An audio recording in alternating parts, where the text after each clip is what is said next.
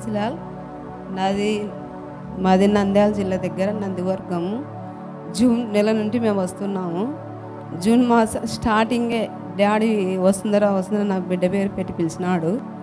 ఎందుకు ఏడుస్తున్నావు అంటే, డాడీ నేను దేవుళ్ళ ఎదగాల, నాకు శాలరీ పెరగాలని అని అడిగింది. కానీ నెక్స్ట్ నెలకే శాలరీ పెరిగింది. ఎవరు? ఓ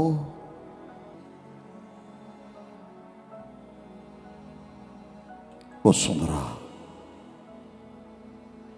ఎక్కడి నుంచో చూపిడా? నంద్యాల. ఏమి నీ సమస్య? మొదటి ప్రేమ కావాలి దేవుని మీద. ఓకే. విశ్వాసంలో బలపడాలి. నీకున్న సమస్య ఏమి? మంచి జాబ్ స్విచ్ అవ్వడానికి ట్రై చేస్తున్నాను.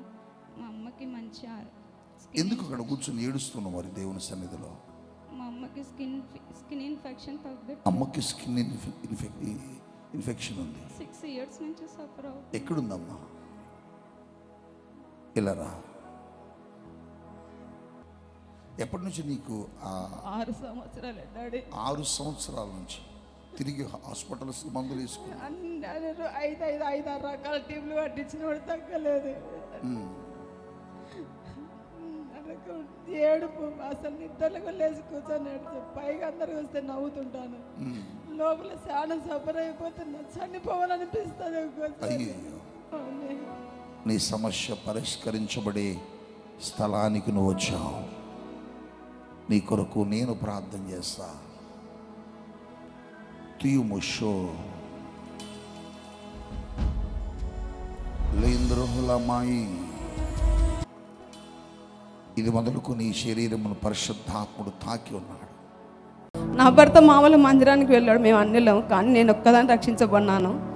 కానీ డాడీ పోయిన వర్షాకాలము నంద్యాలకు వచ్చినాడు. అప్పుడు డాడీ పరిచయం మాకి. కానీ డాడీ సాక్ష్యాలు వాక్యాలు అన్నీ బాగా అయినాయి. ఎంతో మార్చుకున్నాను నేను.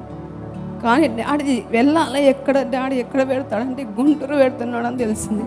నా భర్తకు వెళ్దామా అని నేను అడిగింటే పలకలేదు. తర్వాత ప్రార్థన చేసుకున్నా. అప్పటి జూన్ మాసం నుంచి వెళ్దాం అని వచ్చిన. అప్పటి నుంచి నా భర్త ఎప్పుడైనా కానీ నేను గుంటూరుకి మీరు రాకుండా నేను వెళ్తాను అంటున్నా అని ప్రతి నెల ఎంత పనినా వదిలేసి ఇక్కడికి వస్తున్నా. కానీ దేవుడు ఎంత సాతాన్ని శోధించిన ప్రభు మాత్రం వాళ్ళు క్షేమంగా నడిపిస్తున్నాడు.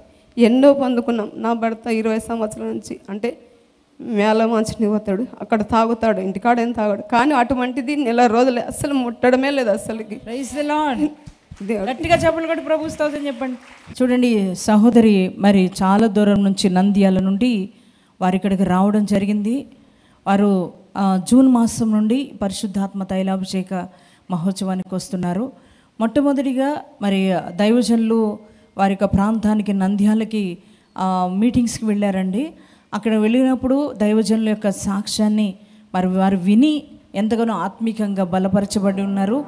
తర్వాత ఈ గుంటూరు పట్టణంలో పరిశుద్ధాత్మ తైలాభిషేక మహోత్సవం మరి పాల్ పృథ్వీ మినిస్ట్రీస్ ద్వారా జరిగించబడుతుందని తెలుసుకొని మరి సహోదరి ఇక్కడికి రావడం జరిగింది. వచ్చినప్పుడు మరి దైవజనులు వారి పాపను పేరుతో పిలవడం జరిగిందంట. వారి పేరుతో పిలిచారు. వారి కన్నీళ్ళతో మరి ఏంటి నాన్న మరి నువ్వు ఎందుకు దుఃఖంతో ఉన్నావు, వేదనతో ఉన్నావని దైవజనుల పేరుతో పిలిచి అడగడం జరిగింది.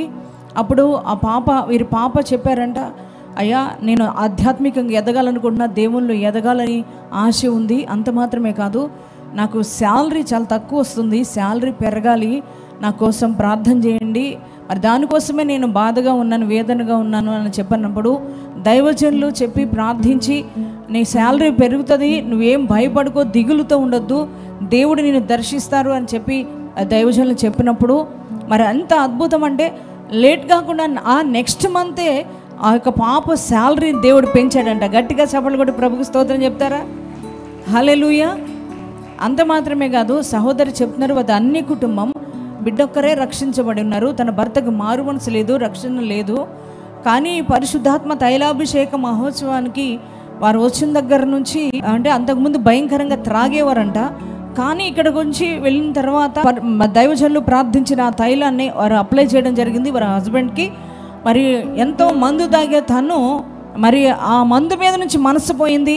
నెల రోజుల నుంచి నా భర్త మందు కూడా తాగట్లా, వెళ్ళట్లేదు అటువైపు కూడా అని వారు సాక్ష్యం ఇస్తున్నారు. ఇంత గొప్ప కార్యం చేసిన స్మోకింగ్ కూడా ఉంది. ఆ స్మోకింగ్ కూడా చేస్తారంట, ఆ స్మోకింగ్ కూడా వదిలేశారంట. గట్టిగా చప్పట్లు కొట్టి ప్రభువు స్తోత్రం చెప్పండి.